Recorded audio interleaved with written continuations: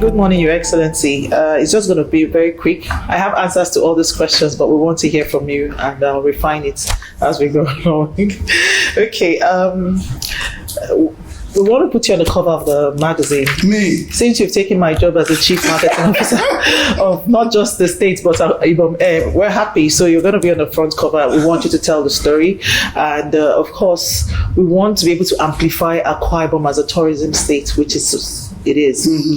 So you made tourism a major thrust of your administration. What are we expecting following your recent visit to some of the tourist centers across the state? Thank you so much. I'd like to thank God. Gift of a brand new day. Thank you. And thank you, Ibom, for the things you're doing. And for Fulcrum, thank you. Thank you. And I'd like to congratulate you and your team for the excellent work you're doing. Thank you, sir. Recently, yes, we went around all of the tourist sites in Akwa Ibom because we believe that we can revive them. We can put them. Tourism is a money spinning business, and you have people come here so frequently for conferences, and we believe they should. They want to take a day, they want to take a few days to see what we have to make their visit complete. And so if we open up our tourism industry and all of the sites, we will be able to have more people. They will be able to have leisure, and as they walk, that's what we believe. That's what we believe. Excellent, sir. So please share with us some major expectation post the RISE dialogue, especially in the immediate. All of the things that happened in our RISE, the dialogue, Ibom dialogue, we've taken them, all of the focal sectors, all of the recommendations. We have compiled all of them into a set of material that we have sent out to all the commissioners. Okay. And that's what we're looking at. We're planning a retreat later on this month, next month, and then we can sit down and all of us in ESCO will now understand these are the things I'm to achieve within this timeline, and this is the amount that has been allocated to it. So it's a working document, so to speak, and that's what we're doing from after all of the compilation. In fact, the commissioners themselves have started putting together from all of the focal sectors what they believe they will do. That's what we are now going to use in the retreat and fine-tune it, and everybody will have a working document, as it were, with clear timelines. So that's what it is. Fantastic. Okay, so this question I already have an answer for, but I would like to hear from you.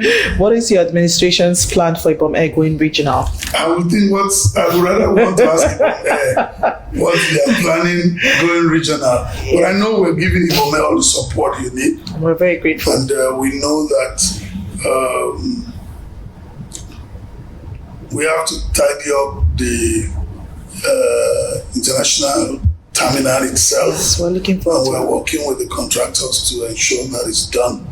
The equipment that were ordered have been lying at the airport. We're trying to at this seaport with we have to clear them, at customs and all of that. So we're working on that.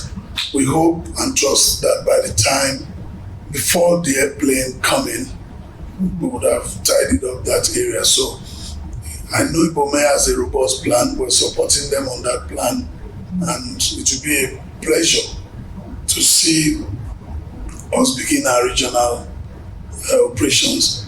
That again is movement of people and goods within the region.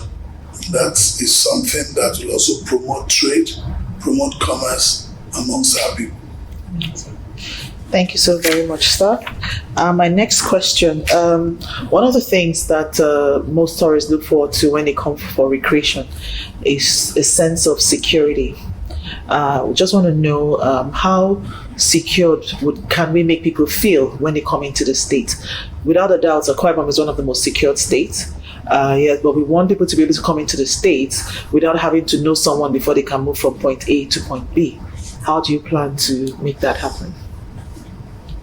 Like you also noted, Akwa Ibom is one of the most secure states in the country. We have a plan to keep it so.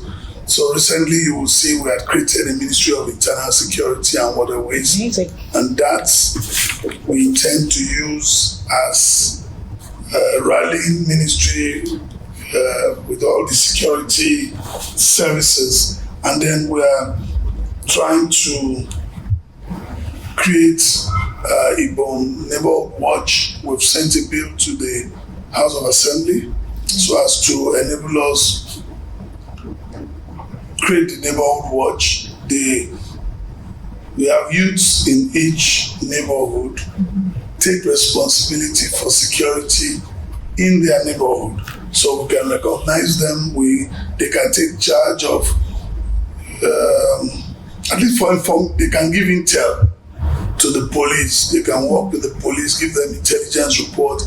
I like to tell you, and you know it, in the villages, everybody know everybody. Yes. So if visitors come in, they know. So we create the Neighborhood Watch, and this will be like our eyes and our ears around the villages, around government assets.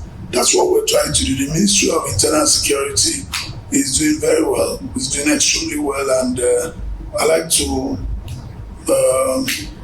thank God for the choice of the commissioner that we made. General Gokwesian is doing such a fantastic work. He's a silent achiever, and that's good. I believe that in the next 3 months, as people will see the workings of that ministry, but most importantly, it's a coordinating ministry for all the security people. And so, him being a general himself, gives that leverage. We have Honorary Special Advisor, who's a retired Deputy Inspector General of Police. We have a security consultant who is a retired Deputy Director in the State's Security Department. So these are, you bring in this crop of professionals to be able to sit together and coordinate properly the security activities in the state, and then our waterways. Just yesterday, I approved about 14 speedboats to be acquired because we intend. In my campaign, I promised Akwa Ibom that we will take on the sea pirates head on. We are going to buy gunboats. I'm going to invest in security hardware to protect our citizens. There's no doubt about it, because we want to take the blue economy further. We want to ensure that our citizens are not harassed when they go out for business. So I can tell you there's a clear roadmap, and we will follow that roadmap. That's the truth. Amazing. The fact that you're putting square pegs in square holes is very heartwarming, and we know that the people you've mentioned are experts in their field. Okay, so the significance of tourism development is connected to hospitality. As a professional in this sector, Your Excellency, what are your administration's plans for establishing world-class services in the tourism sector? Well, world-class services starts with everybody. Starts all Akwa Ibomites. If we want to make this a tourist state and a tourist haven, all of us, from the man who picks you up at the airport to the person who serves you coffee at the coffee shop, to the people in the market, we must be able to have a simple approach to people. We must be able to even talk good about our state, market our state, not talk down on the state. So the plan is to work with the Ethical and Attitudinal Agency to keep trying to change the mindset of our people. You try to change the mindset of our people. Majority of our people talk down on you, on our state. You get into a taxi and In other climes, they are the ones that will tell you, oh, have you visited here? Have you been here? But in this climb, the first thing they begin to tell you is how this person is bad, how this is. We must change this attitude. So it's for all of us, not necessarily a particular set of people, in my opinion, because if we all do our bit, you don't know where the tourists will go. Sure. If we all do our bit and we encourage people, but generally, I'm sure that Akwa Ibom people are very hospitable. We just want to take that a step further and so as to earn more money for the state. That's all. And make it truly world class. I mean, we have the Dubai example, and we see how everybody internalized the vision of the visioneer, and from the restaurants to the hotels to the malls, everybody imbibed the vision and they worked towards endearing themselves to people. So, yes. Okay, so one of the things we noticed, being one of the committee members of the tourism department committee, was that access to some of these tourist sites. How do we intend to make access easy? I mean, for some other places, we find tour buses, maybe open air tour buses, and for those buses to be able to ply, the roads still need to be quite accessible. How do we make access both in terms of last mile provision and the road themselves? No, it's a total package. We're looking at all of those. Okay. And the Ministry of Tourism is working hard. I've looked at the proposal they've sent in their report already. You've seen the pictures of what it is now, and we've seen where we want to take it to. And I think we're working hard on that. Okay, all right. So I've been told to round up. So I'm just going to skip the story about the water blue economy. I already have an idea. So what is your message? I mean, this is a global magazine. What is the message you want to tell our readers regarding yourself and the tourism thrust that you have for the state, or generally your philosophy in general? What's your message? Simple message. We believe that we can only get better. It's during the campaign where we echoed this phrase, forward ever, backward never, as it is in our state anthem. Yeah. We need the cooperation of all of us. It's like they say in the security balance, security is for everyone. True. Say something, say something. Yeah, we need, as we begin to unveil our programs, and all of our programs are people oriented. Their rights agenda really is for people, and I am specifically concerned about the rural dwellers, and that's why you see most of our programs are tailored towards the rural communities, because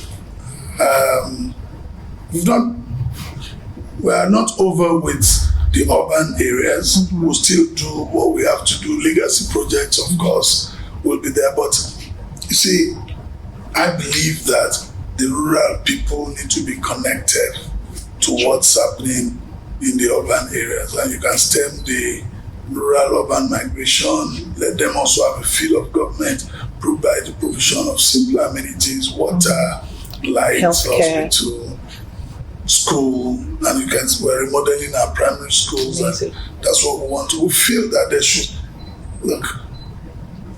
should be something in the 21st century different from what it used to be. Times have changed, and we need to move with the time to get our people something they will be proud of. When we talk of school, out of school children, the percentage, you really want to find out, why do we have them? The environment for learning is even not conducive. No shoes, no uniforms, no books, and these are the things we're trying to bring back. It's going to be difficult considering the economy today, but I always believe that a journey of 1,000 miles begins with one step forward, one step in the right direction. So, and that's what we're doing. Okay. Thank you so very much, sir. To conclude this interview, we'd like you to take a picture with the latest edition of Ibom magazine with the editor. So you go to the other side, next time with His Excellency.